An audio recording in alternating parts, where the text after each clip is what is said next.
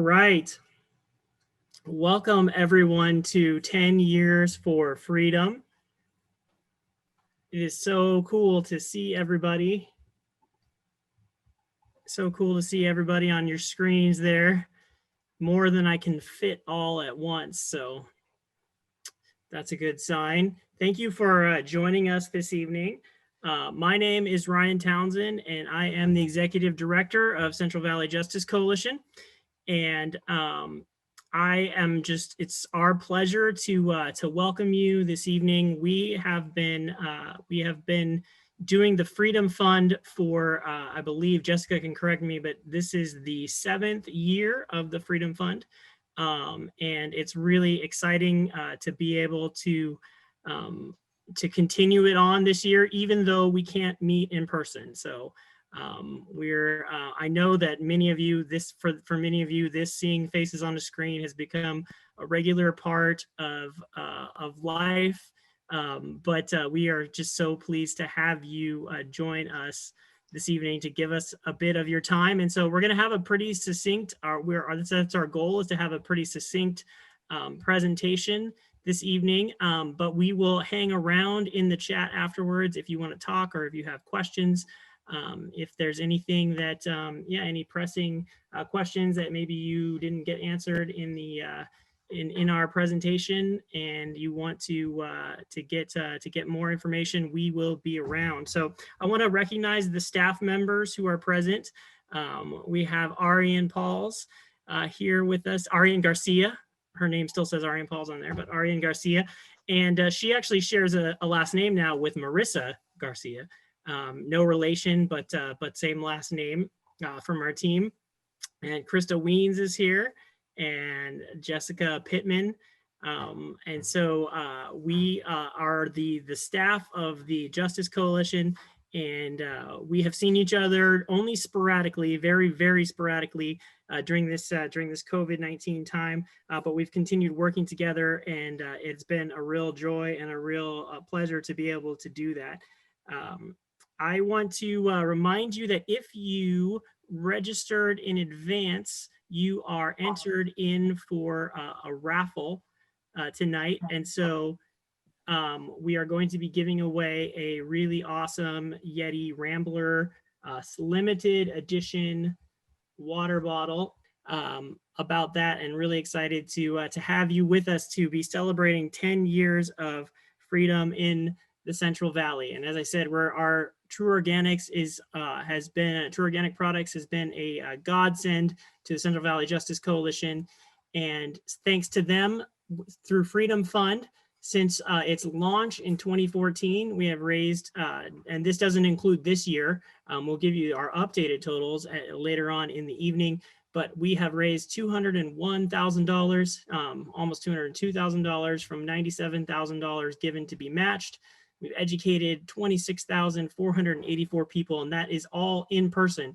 So we haven't yet figured out if we're going to combine those that we've been educating online with our numbers that we have for in person. But these are also in person. We've held 382 presentations and trainings throughout the Central Valley and into other states and into other countries, even including Mexico and places like Utah and others, so Wisconsin, all even across the country. So we've started to have an impact there. And then we have had 1,098 people go through one of our 3-hour HT 101, 201, or 301, now known as Understanding Human Trafficking, and have completed one of those classes and been certified. And again, those don't include online numbers. Those are all in person. And so we are super just grateful as we look back to see everything that's happened. This is the water bottle, the Yeti Rambler limited edition. Only 10 of these were made for the celebrating the 10 years. And so, so yes, if you pre-register tonight and you're on our Shopify list, then we will announce the winner at the end of the evening. So just a quick intro to what human trafficking is. If you are new to us and new to our work, Human trafficking is all acts involved in the recruitment, abduction, harboring, transfer, sale, or receipt of persons within national or across international borders through force, fraud, or coercion. And a more layman's definition of human trafficking is that it is the exploitation of one person for another person's profit or gain. The exploitation of a person for another person's profit or gain. Throughout the last 10 years, we've seen that human trafficking is a really legitimate and pressing issue in the Central Valley. Our partners at Fresno EOC of the Central Valley Against Human Trafficking Project have identified 1,150 human trafficking victims. And I will point out to you that oftentimes in the media and portrayed in popular culture, human trafficking appears to be a crime that happens to foreign nationals, a crime that happens to people and involves international borders. And yet of these 1,150 human trafficking victims, which we know is just the tip of the iceberg, because so many of these crimes go underreported or unreported, but 907 victims are U.S. nationals. I mean, there are American citizens who are being trafficked. And so we see that this is a huge issue. And I just shared some of these numbers with you, except for the one that is the total youth served. And we've just been counting that since 2018 as we've continued to expand our focus on at-risk youth and preventing exploitation and human trafficking among at-risk youth. We have served 2,752 youth. And so you're going to be hearing a little bit more about some of those programs as our evening goes on. And we are excited to share that with you. So I am going to introduce,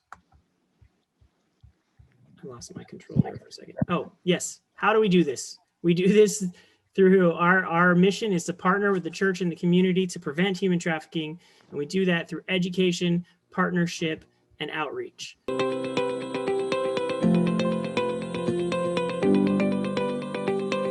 My name is Alicia Garcia. I'm 20 years old and I'm a student leader for Students Ending Exploitation. When I went to events for the Justice Coalition, I realized what they were doing was really, really special and I wanted to be a part of that. So Students Ending Exploitation gave me the opportunity to help. If I knew I could help one person, that would be more than enough for me. And with this group and these awesome people, I'm able to reach out to probably hundreds of people, and that's one of the best feelings I could have. Hi all, my name is Daniel Neufeld. I am a member of C, and that is Students Ending Exploitation. We are a group of youth who are trying to educate and inform people and spread information about issues relating to human trafficking. It really kind of upsets me when I hear stories about people who are involved in human trafficking. They kind of get stuck in this position where they can't really control their lives, they can't really control their existence. And that's awful to me. I hate that idea, so I think the best way for me to help combat that is to be involved in an organization like this, where I can help spread information, help inform people so that they have the resources that they need to fight. And so anybody who is joining this organization will be helping to spread the fight against human trafficking. Hi, my name is Lena. I'm 16, and ever since I learned about human trafficking, I felt really helpless because I couldn't do anything to help people in my community that were going through human trafficking. And then I was contacted by C, which is Students Ending Exploitation, and invited to be part of the leadership team. And that gave me an outlet to sort of try and find a way to connect with my community. Well, it was to first educate people on what human trafficking is and how to avoid that and how to help your friends avoid that. Because it really is scary. I mean, you hear stuff on the news about people being taken and you just never want that to be someone you know. And so part of what I want to do here in C is help give people the education on human trafficking so they know where to go and what to do if they ever get scared that they're going to be trafficked or that someone that they love is going to be trafficked. And ultimately the goal is, of course, to end human trafficking. It's a terrible thing and it doesn't need to exist in this world, especially not now.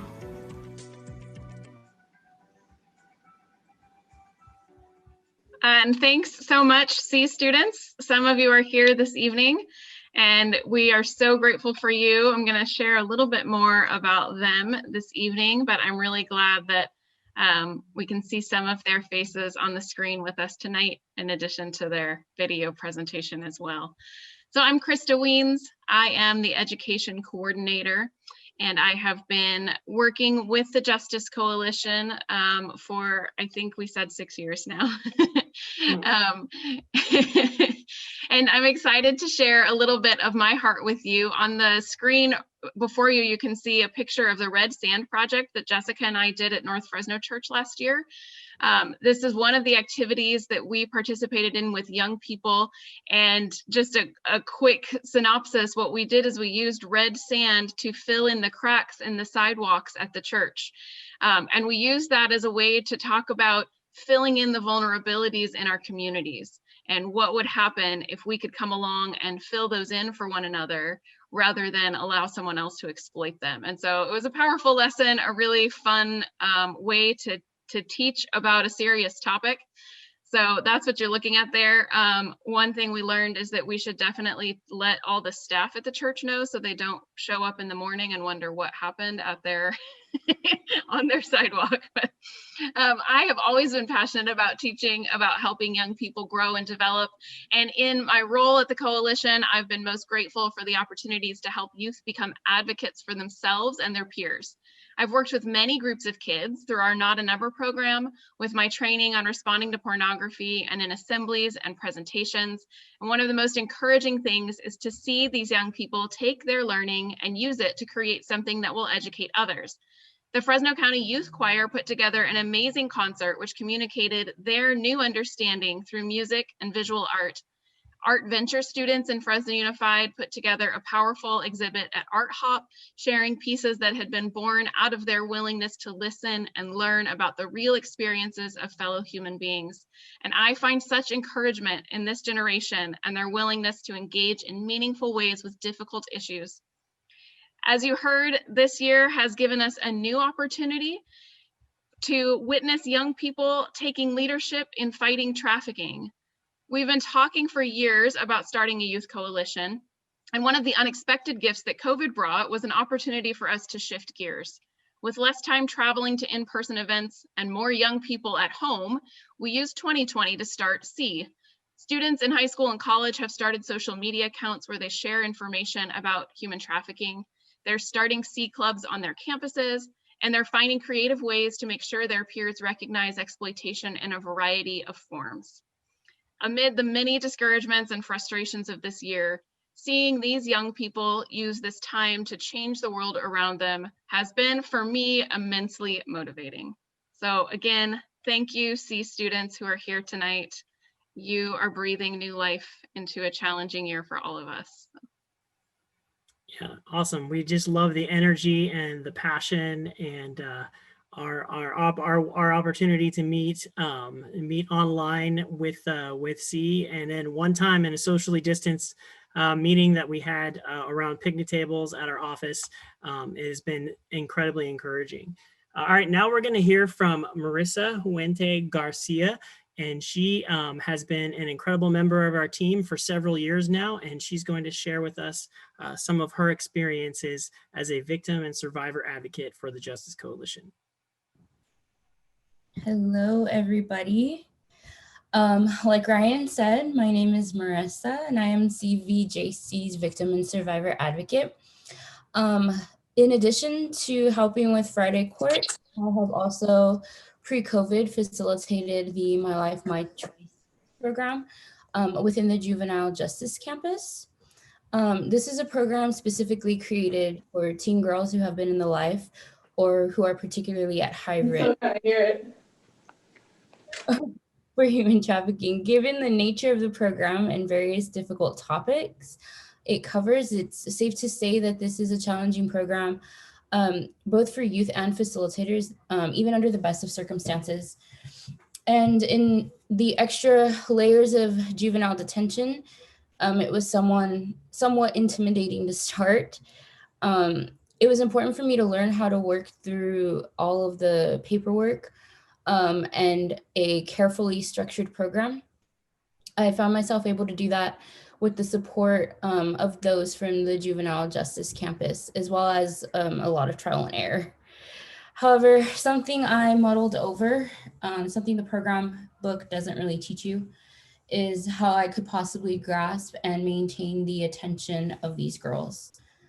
I realized early that the best way to do this was to be my realist self, as cliche as that sounds. It was what I had to do. I had to try and be as real as I could with these girls as the young girl from rural Selma, where the sound of gunfire and the smell of marijuana are familiar. I had to let myself be the girl who could relate to them culturally, if not fully, then at least in some capacity when it comes to my knowledge of things like rap music, pop culture, and especially the dynamics of the Latino community. It was a humbling experience to recognize that some of the metaphoric hats I would wear in my professional life or social settings were not going to cut it once I was inside with those girls. It was humbling to recognize that there are some areas where my professionalism and aspects of my background that are considered less professional may need to cross paths. In this way, I learned just as much from these girls as they did from me.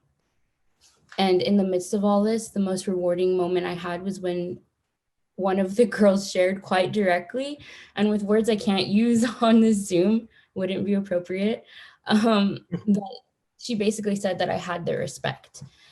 That was something that stuck out to me, especially when all I was really hoping for was to be able to keep their attention. So to learn that I earned their respect was huge for me. I facilitated this group a few more times in JJC, and despite the grim realities of the content, it felt good to high five the girls who knew me as they walked in and to see that they were actually excited to start another class. I think it's also important to note that I realized that in some very basic ways, they were not as different from me, and that was another humbling experience. I remember telling them that I hope that I had taught them something that could help them at least once in their life, and that maybe someday it could lead them to my side of the table. And that's something that I carry with me, not just to every group, but to many of my life experiences now. So it was a great experience, and I'm very grateful to have been able to work with these girls. Awesome. Thank you so much, Marissa. It's been a challenge this year to not be able to enter in person to the Juvenile Justice Center, but we are hoping that as things improve with the COVID-19 situation in our country and in our state and our city and our county, that we'll be able to, we're believing in faith that next year we'll be able to get in there and run a program again for the girls in the juvenile justice system, and then hopefully also expand our work into running one for males as well. So we have some polls to share with you tonight. We thought we would get a little bit interactive here, and so Jessica is going to ask you a question, and then you are going to vote, and then we're going to share the results with you and see how the results stack up with the true correct answers. Okay, everyone. So I'm going to launch 3 questions you'll see on your screen, and I'll read them for you as well. So the first question is, the coalition started 10 years ago, and we mostly did, and you decide what we mostly did: worship events and roundtable discussion, outreach and prayer, education, mentoring, or all of the above. The second question, total recorded number we've educated since about 2016 is choose your answer. And our last question is the new clients that Arian has been working with this fall to provide mentoring and prevention education include. So choose your best answers, and we've got a few of you already voting. Just select your answer, what you think, and we'll tell you all the answers in a second. I feel like this is kind of like a Justice Coalition board meeting where those of us who are on staff, we don't vote because I'm not allowed to vote on the polls since I'm a host of the meeting. All right, half of you have voted. I'm going to wait for one more minute and give you a chance to choose your answer.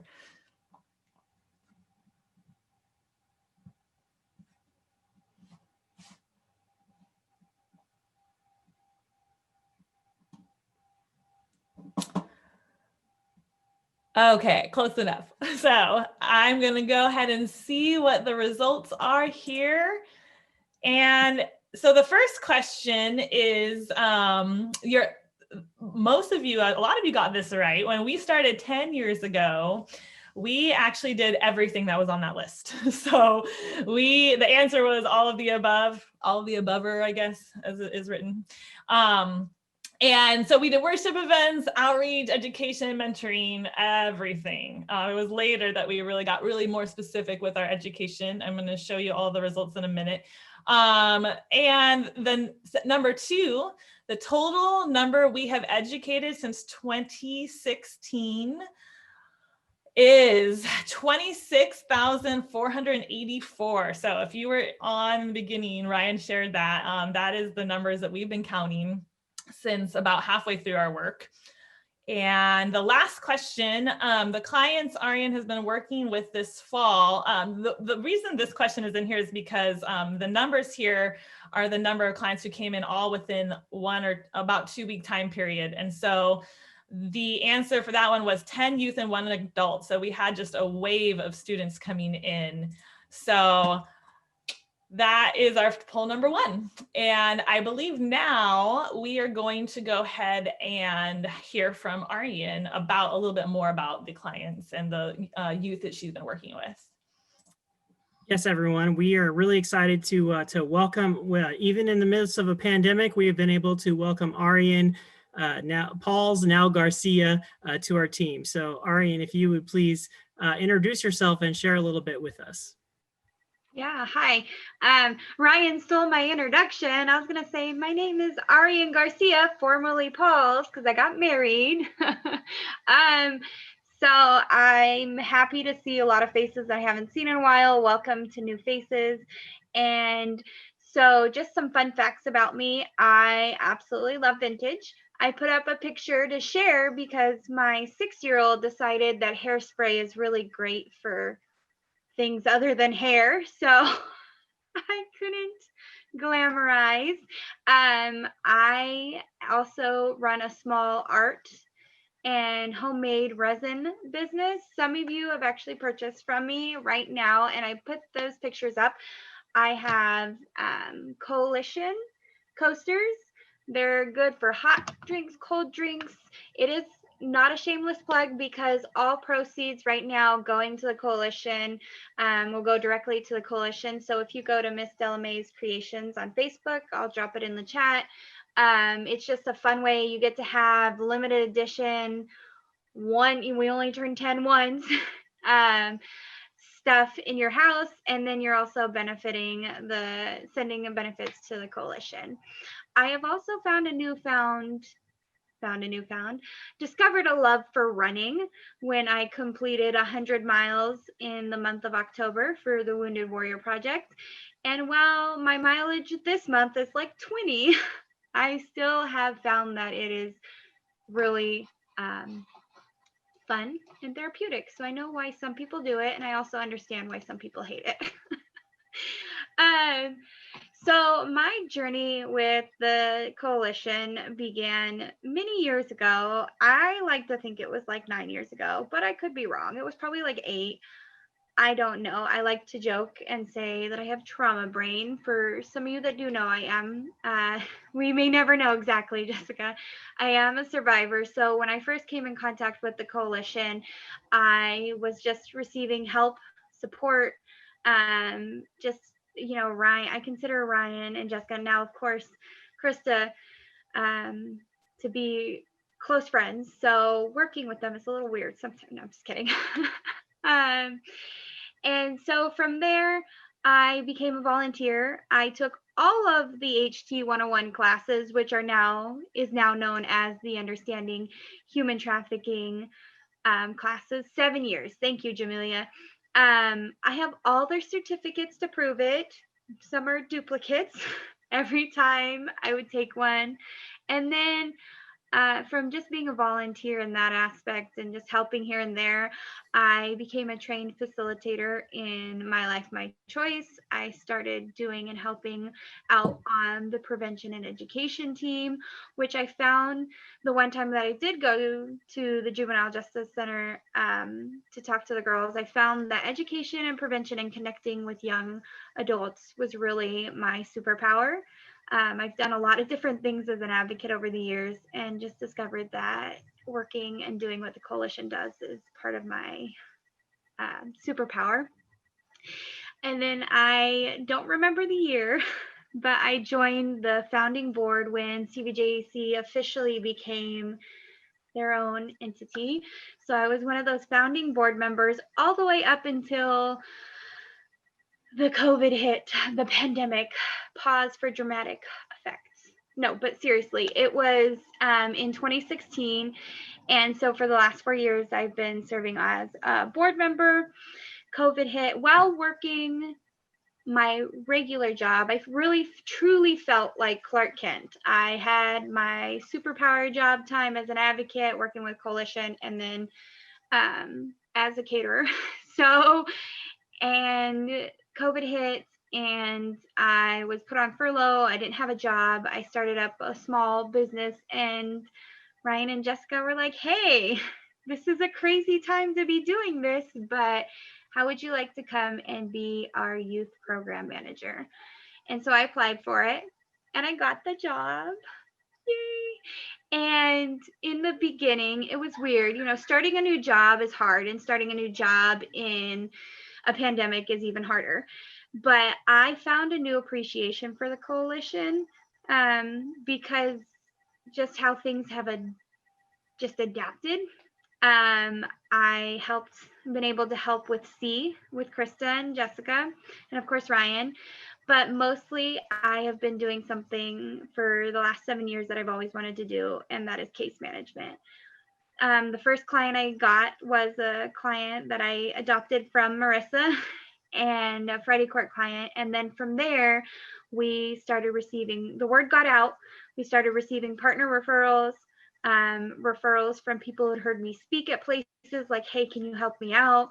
Referrals from the Department of Social Services. So we have really, in this position, we've had with me, I've had the opportunity, and we've had the opportunity as a coalition to strengthen partnerships and relationships and really help kids who are at risk. And Friday Court is, and Jessica dropped in there, Friday Court is a program within the Juvenile Justice Coalition to help young girls. And so really, it's been interesting, especially getting so many referrals in like 2 weeks.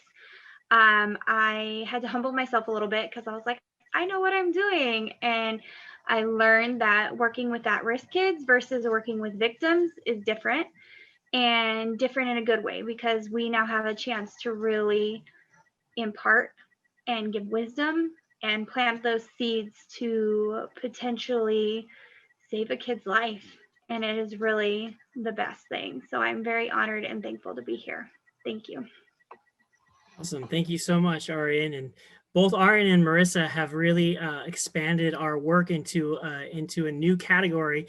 And one of the things that I think is, I want to point out that's really unique about us, and we're able to do this because of the support of our donors. We've never received any federal or state tax dollars to do our work, which allows us to serve clients who are what we call pre-victims, those who are in particular danger of being exploited and need help. And other agencies, we're able to fill a gap that other agencies can't necessarily fill because of their funding.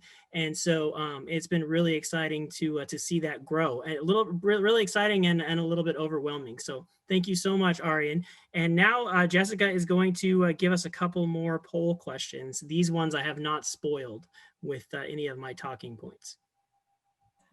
Okay, I'm going to go a little quicker here with these. So I'm going to share our next set. And here you go. So in the past 10 years of its life, the coalition has moved offices twice, 3 times, or 5 times. Just tired just thinking about that question.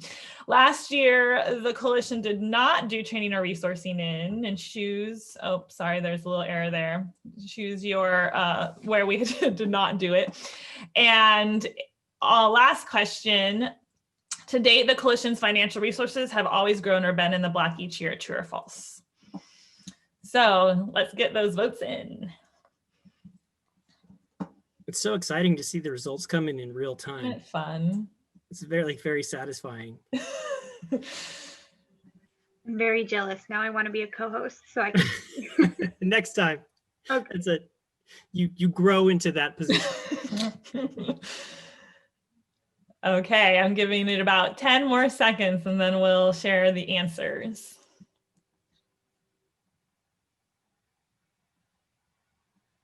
Let me give a shout out to Jamelia Hines-Vicks, who is here.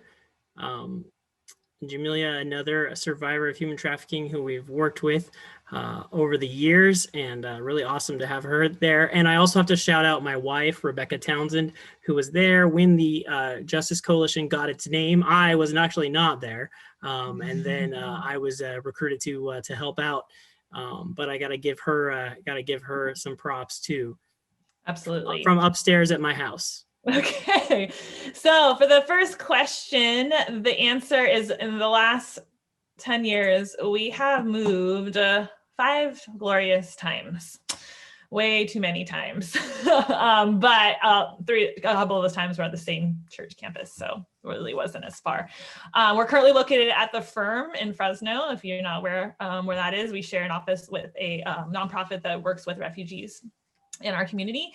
Number 2, last year we did not do training or resourcing in, wow, everyone won to those 36% who said Wisconsin, you are correct. However, we actually have done training in Wisconsin with a conference that Lori Bethel hosts every few years. She's with us tonight, and that was just a few years ago instead of last year. So we've done training in all those places, including roller derby. And as far as number 3, yes, most of you got that correct. So we have been able to grow every year thus far. So Ryan, back to you. Back to me. I wanted to share about my two experiences that I've had. I came from the staff of North Park Community Church to become the executive director of Central Valley Justice Coalition in the fall in October of 2015.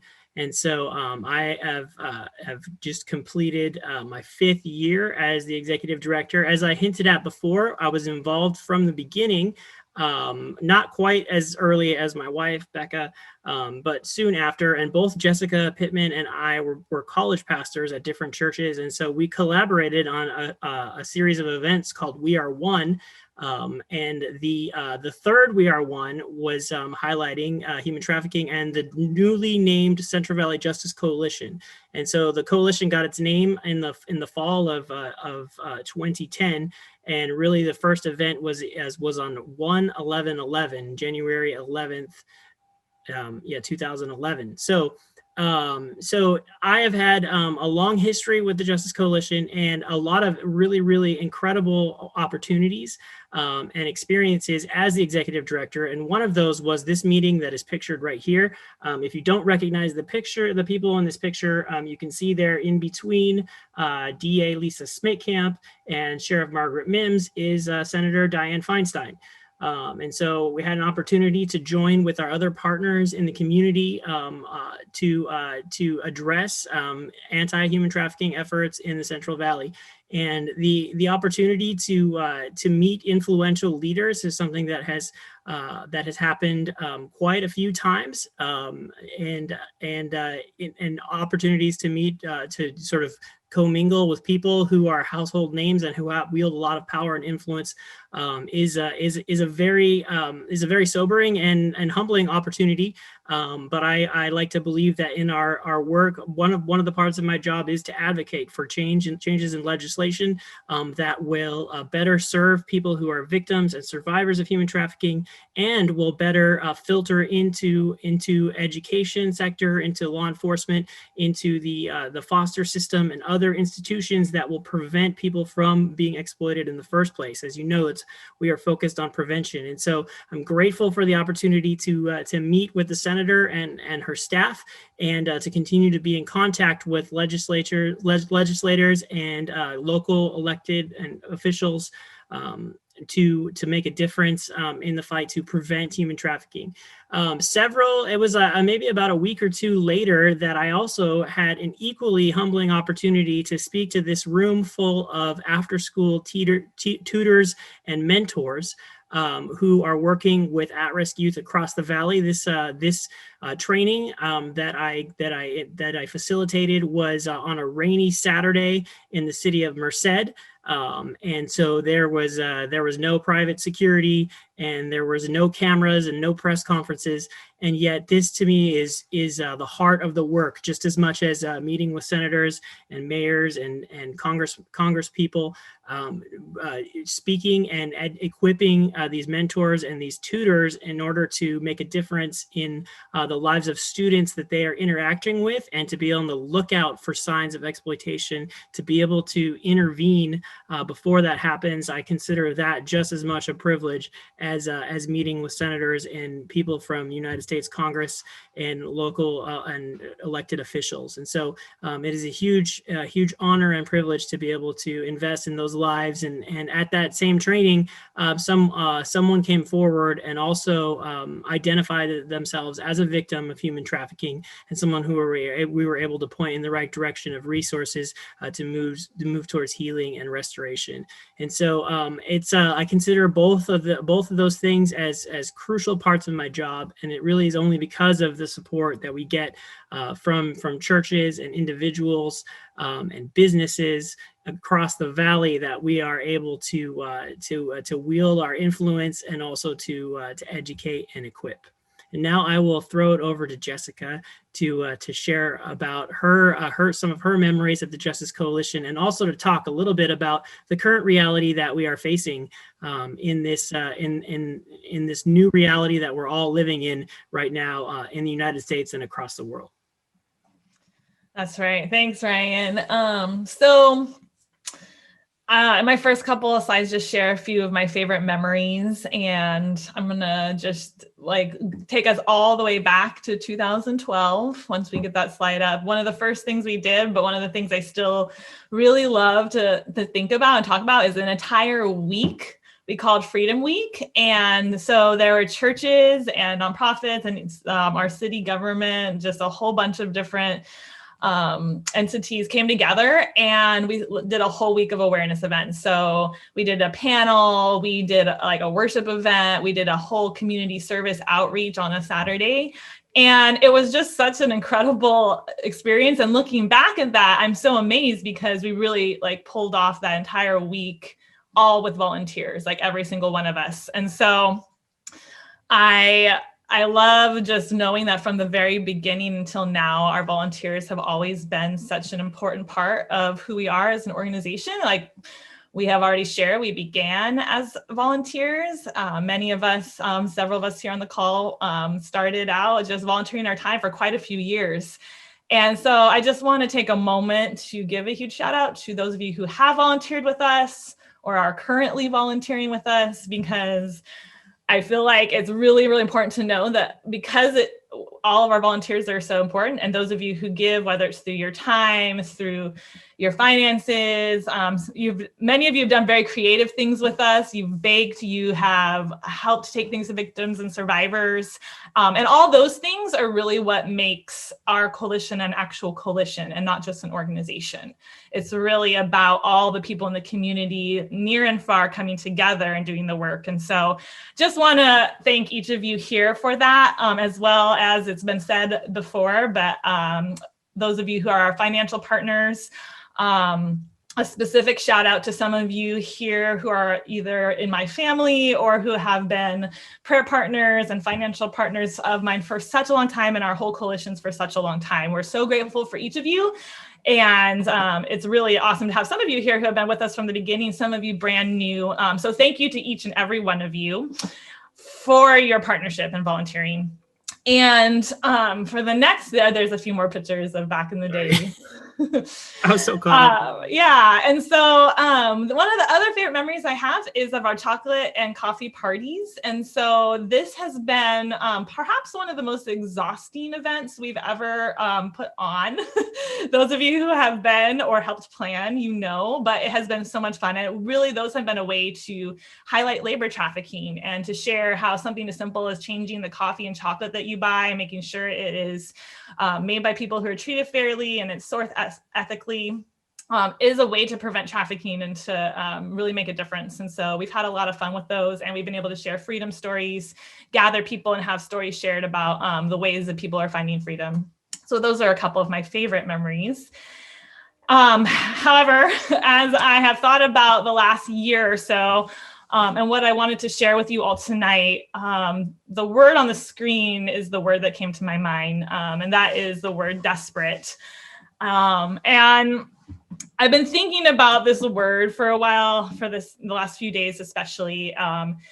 And the reality of our work, those of you who have done it with us or have been following with us for a long time, you know, it doesn't take any type of education to know that human trafficking is a very dark, evil issue. And for many of us here, we engage in that work because we have a sense of desperation. We have a desperation on behalf of those who it impacts. Some of us here have lived experience and know people who are struggling with it right now. And so we're desperate that it doesn't happen to someone we love or continue happening to people in our family. And so there's a sense of desperation to see it end. And I believe also right now we're in a very desperate place in our world and all of humanity. And it's really in a way that we haven't experienced, at least not in my lifetime, and I think many of our lifetimes.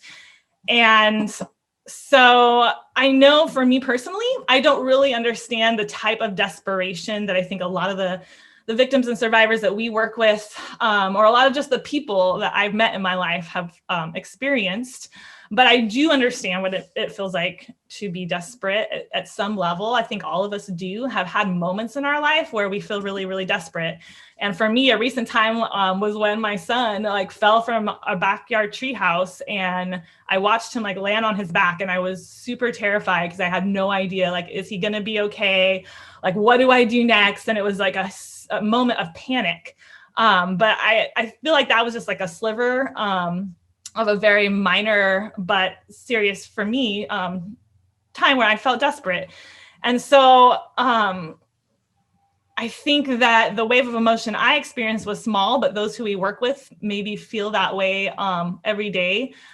Maybe that's your story. Maybe you grew up in a house where there's not enough food, or there's not a real home, housing has not been stable, or maybe there's been chaos and there's been a community that takes advantage instead of supports you. And so I know that there's many, many levels of feeling desperate. And I wanted to just close with a story. And this month I was listening on an advisory panel, and there was a girl in this panel. She was a survivor of trafficking, and she was sharing her perspective on the current health crisis and how it's impacted her and the friends of hers who are also survivors who are in the welfare system. And what she was sharing was that, every one of her friends, they have to find one person they can connect to get the resources to get what they need, because there's all these resources out there, and there's ways that they can get things like food or bus tickets or whatever it is they need, but they have to really, really fight for it. And so she was saying that sometimes when they're trying to access just basic stuff, their requests will get lost, and just in a chain of people, there's one request that goes to another person, that goes to another person, that goes to another person. And then her friends will just kind of give up and go back to the streets. And they go back because they don't have what they need and they feel desperate. And so I think I've been hearing this across the state in some of the meetings I've been sitting in on, and that there are so many people who don't know how to help, especially the youth right now, but really it's all ages. And people don't always know what to do.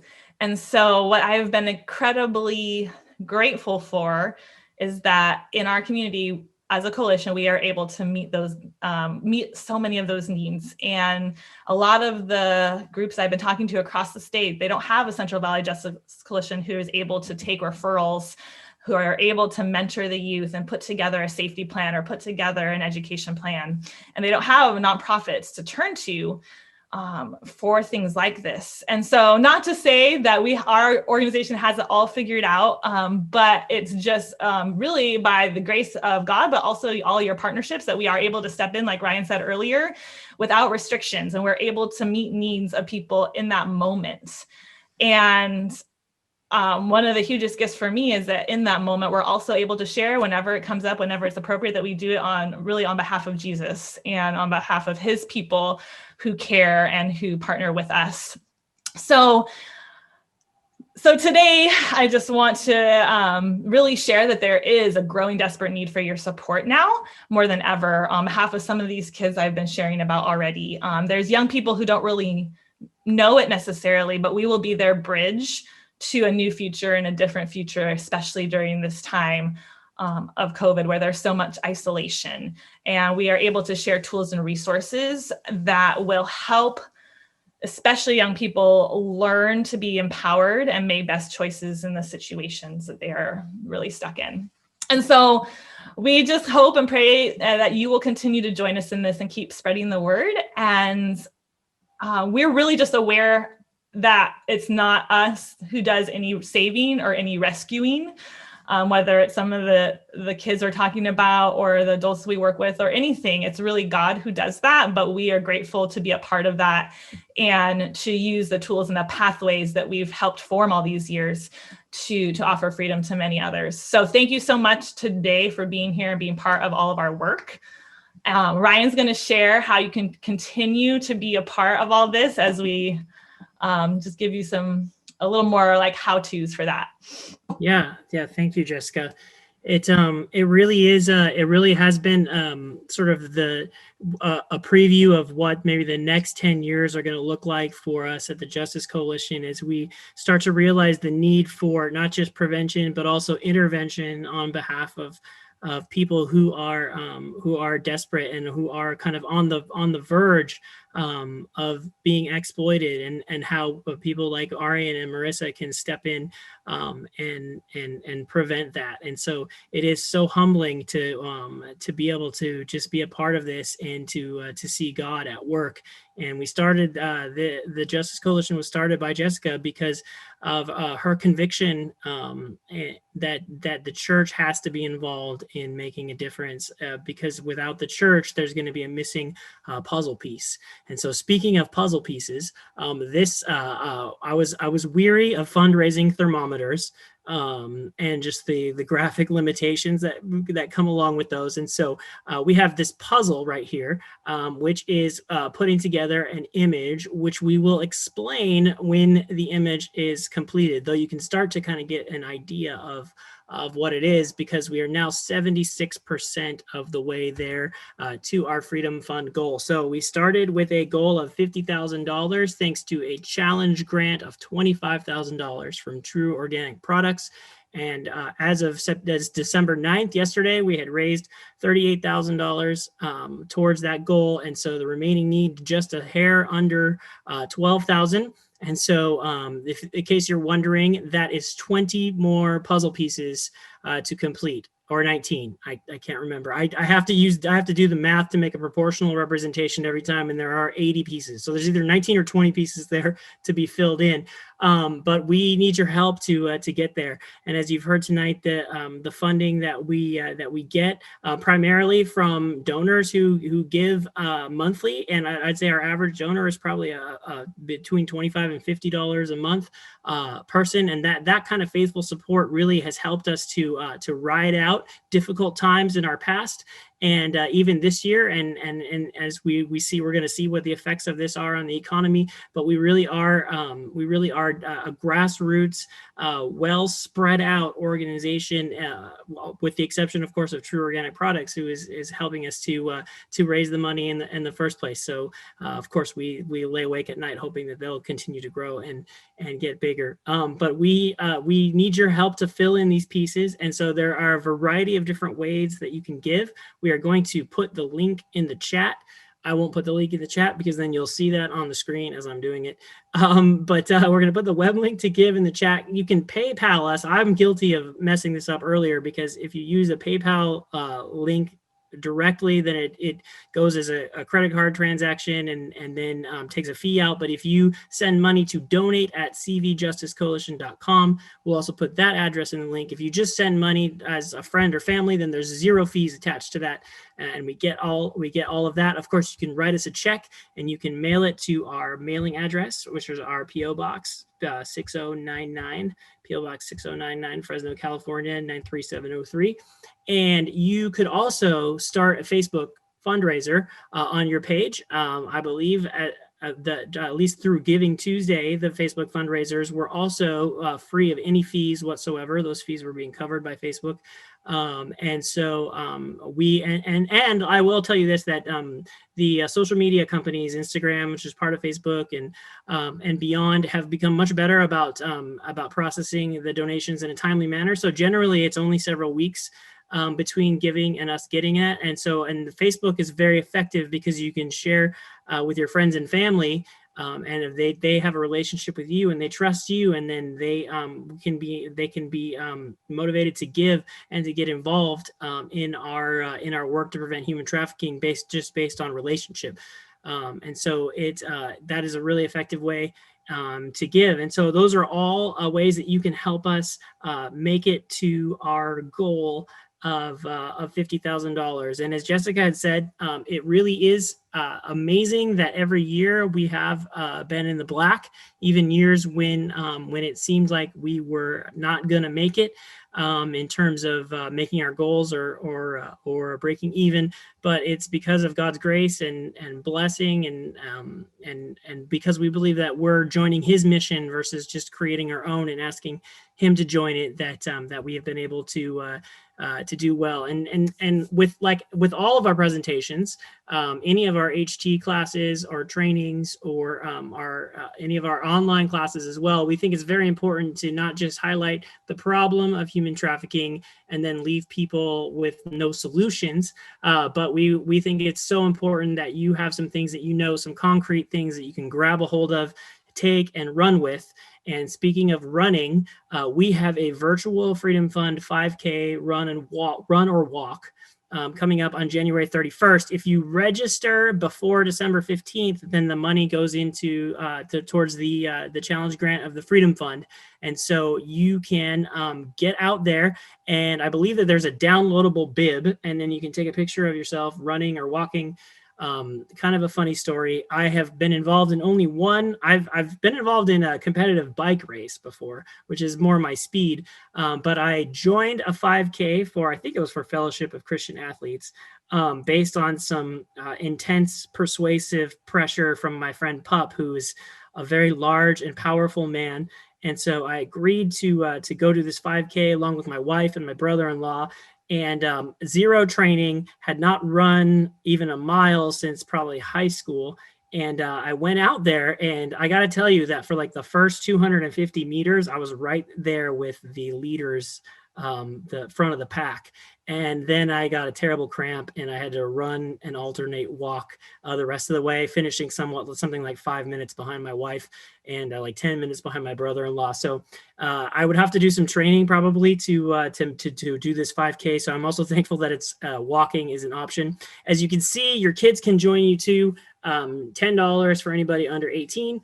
Or if you're a member of C and you're in your 20s, you can also register for only $10. So please take us up on that, our virtual Freedom Fund 5K. And then we have this other graphic, which I will put in the chat at the end of the meeting. and you can download that graphic. 5 steps you can take right now. You can follow and share. You can message 5 people. We created an online template to make this easier for you, where if you use Twitter or you use Facebook, or you want to email people, we've written out some templates that you can just copy and paste and add a little bit of personal flair to it and send it off. So we have all kinds of resources at justiceco.org/toolkit for you to help us spread the word to others. You can invite other people to attend one of our online events. So we have the 5K run coming up. We are going to, we have some classes that are go at your own pace. We have a class that is accredited through Fresno Pacific University that you can get CEU credits for if you work in a field that requires those, or if you just want to take it for your own enrichment. That class is available, and then we have recorded several of our other presentations and classes so that we can use those. You can also access those on demand. So you can find out more information about that at our website, justiceco.org/register. And finally, you can create your own video. So now in the smartphone era, we all have access to near professional equipment. And so we would love to see you share that with others using social media or using other things. And so finally, in conclusion, we just want to say thank you so much for joining us tonight. Thank you so much for believing in this mission and helping us to get to 10 years. It really is a testimony to how important how important this mission is, that we can gather a large group of people for yet another Zoom meeting, on a Thursday night. In so close to Christmas as well. And so we thank you for your support and your involvement. And one more thing, if you enjoy getting nostalgic and looking at pictures that bring back memories, go to our website and our Freedom Fund page, because I think we have something like over 250 photos up there, and I'm always, as I find them, I'm adding more. If you also have missed a flashback episode of our IGTV series, you can go to our Instagram page and check that out, and you can see Jessica on a bicycle riding through the office at First Baptist several offices ago. Another nightmare that we have sometimes is needing to move our office again. So thank you again. I want to